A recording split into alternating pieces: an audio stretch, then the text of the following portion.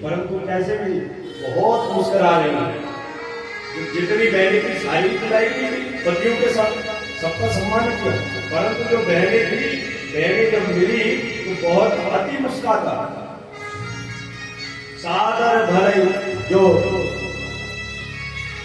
बहनें थी बहुत मुस्कुरा रही है, और जब ऐसी स्थिति में कोई अधिक मुस्कुराए तो समझ जाओ क्या हो रहा है, हमारा तो बाहर सुनाने का होगा।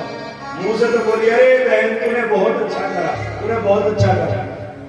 अरे पिताजी ने तो तुझे बुलाया नहीं, ये बात भी बोलती, पिताजी ने तो तुझे बुलाया नहीं, हमें बहुत बुरा लगा, हमारा तो मन ही नहीं लग रहा था बहन का। सती जी समझ गई, मिली जुली तो सबसे, परंतु मन में बड़ी खिल हो गई। परंतु जब मिली है कौन? माँ, दक्ष की पत्नी कौन? माता प्रसूति। माता प्रसूति मन से बड़ी दुखी थी कि मेरी पुत्री और मेरे उस परम तत्व को जानने वाले साक्षात भगवत स्वरूप उस शिव को यहाँ नहीं बुलाया गया है, उनका अपमान किया गया है। तो तब जाके फिर जो माता प्रसूति थी, माता प्रसूति तो मन ही मन दुखी थी, कंठ से लगाया, सादर भलाई एक माता, भगनी मिली बहुत मुस्काता। सादर भलाई मिली एक माता, माँ ने कंठ से लगाया, रोने लगी और कहा कि पुत्री मैं बड़ी प्रसन्न हूँ कि तू यहाँ आई, परंतु एक तरफ से मैं सती मैया को क्रोध में लाल हो गई। आज तक तो पिता पिता कहती थी, परंतु आज नाम से पुकारा, कहा हे दक्ष। दक्ष कहा है आज तो, क्योंकि पुत्री जो होती है ना, पुत्री देखो, जो बाल्यावस्था होती है, वो बाल्यावस्था में किसके अधीन होती है? बाल्यावस्था में पिता के अधीन होती है, पिता ही सब कुछ है, संरक्षक। और पिता जब कन्यादान कर देता है तो पिता का वहीं से संबंध तो बना रहता है, सब कुछ होता है, परंतु पिता का लगभग 90% वहां से अधिकार समाप्त। अधिकार किसका है? 70% पति का। पति कौन है? पत्तनात् नरकात् त्रायतेति पति, जो हर प्रकार से अपनी पत्नी के सुमंगल का रक्षण करे, अर्थात उसको हमेशा धर्म कर्म में लगाने का प्रयास करे, उसके धर्म की रक्षा करे, वही पति। और पत्नी भी ऐसी है, पत्नी को पत्तन नाम के नरक से पत्नी बचाती है और पत्नी को पति बचाता है, दोनों ही एक ही गाड़ी के दो पहिए मान के चलते। तो पति का जब अपमान हुआ तो क्रोधित हो गई और कहा कि दक्ष, तुमने जो मेरे पति का अपमान किया है ना, मेरा अपमान तुम करते रहो, कोई दिक्कत नहीं है, परंतु तुमने साक्षात भगवान शिव का अपमान किया, अपराध किया। अब मुझे इस तुम्हारे द्वारा जो ये दिया गया शरीर है, ये जो तुम्हारे रज और रक्त से रुधिर से बना हुआ ये शरीर है ना, अब इस शरीर को लेके तुम्हें अपने उन परम आराध्य भगवान शिव के आगे नहीं जा सकती, उनके सामने मैं किस मुख से जाऊं? क्योंकि उन्होंने मुझे बार बार समझाया कि देवी मत जाओ, देवी मत जाओ, परंतु मुझे तो जबकि वही चारों धाम प्राप्त थे उनके चरणों में, अरे साक्षात गंगा जी जिनके जटाओं से